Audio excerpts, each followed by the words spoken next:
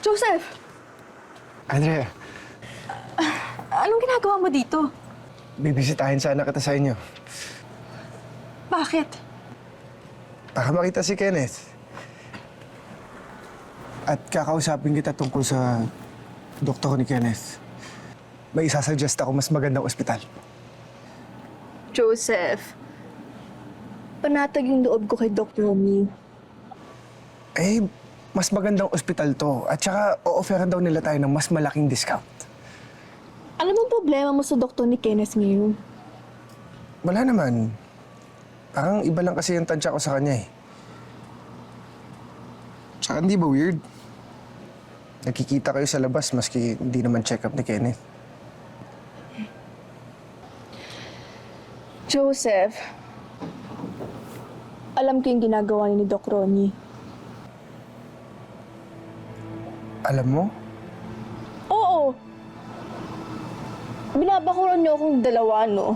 Pero sorry na lang sa inyo kasi wala akong i-entertain na kahit na sino sa inyong dalawa.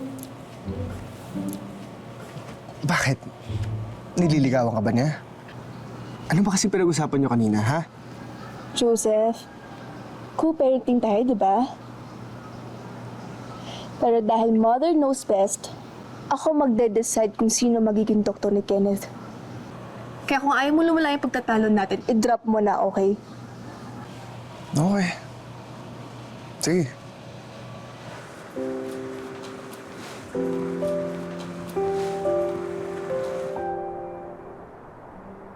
I look so stupid, Mom.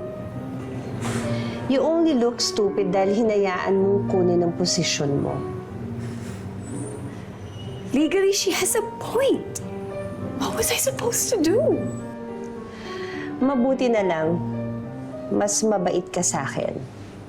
Because if it were me, tinulak ko na siya sa bintana. So what are we going to do now? Pinanganak kang isang Lorente. Agree ang lahat na you deserve to lead Pacifica. Pero hindi agree ang batas. Maybe we can find a loophole. If not, may iba pang paraan.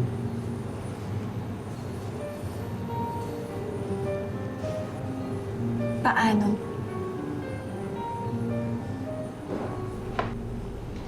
Ako nang bahala. Hayaan muna natin enjoy ni Via ang paglaya niya. Hindi rin naman magtatagal yon.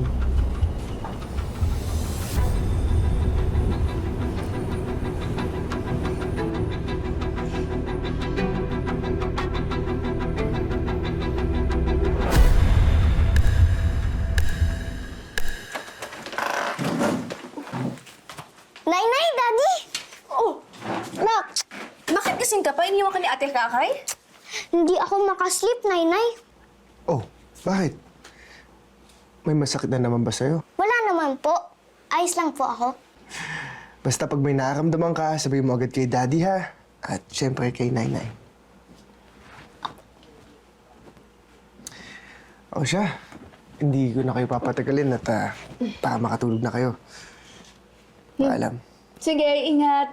Daddy, akala ko po ba dito kayo matutulog? Nak, hindi pwede.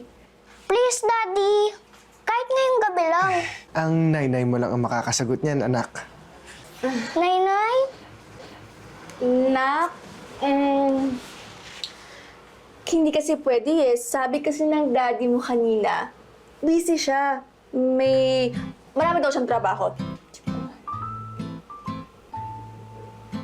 Parang wala naman, anak. Wala naman daw pala, Nay. Hindi, saka wala siyang dalang t-shirt, di ba? Meron naman laging dala si Daddy extra t-shirt sa bag niya eh. Yay! Okay na, Nay. Sige na nga, kung yun yung gusto ng daddy mo. Daddy? Gustong-gusto, anak. Yay! Yay! Thank you, Nay. Ikaw pa ba? Malakas ka sa akin eh. Ayusin ko lang po higaan ni Daddy. Sige na, wait mo. Talaga? Pasensya na.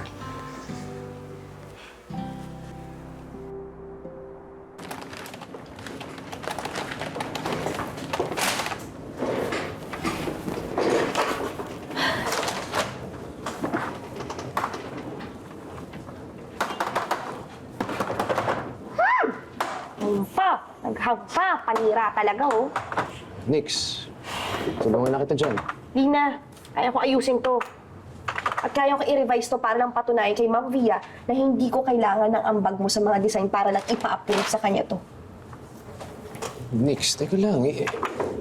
Hindi naman ganun si Ma'am Via eh. Fair siya sa lahat, okay? Naalala mo nung nakiusap ka na makapasok sa project na to.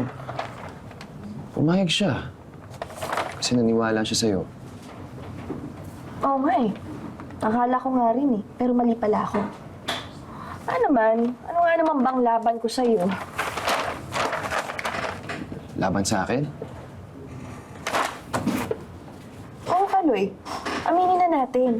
Ikaw lang palagi ang magaling para sa kanya. Ikaw lang palagi yung tama. Kaya nga ito, pinaparevise sa akin to dahil lang sinabi ko na alam ko yung sikreto niya. Nix, teka, bakit mo sinabi? Di ba, sabi mo sa akin na wala kang pagsasabihan. Nga eh.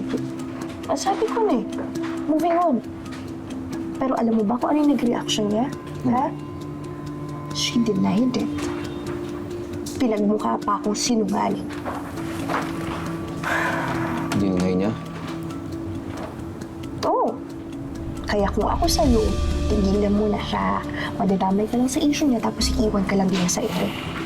Nix, matagal na akong damay dito. Tsaka desisyon ko to eh. Pwes, kung ayaw mong layuan siya, ako ang layuan mo. Hindi ko kailangan ng tulong mo. Hindi kita kailangan. Busy ako mag-revise.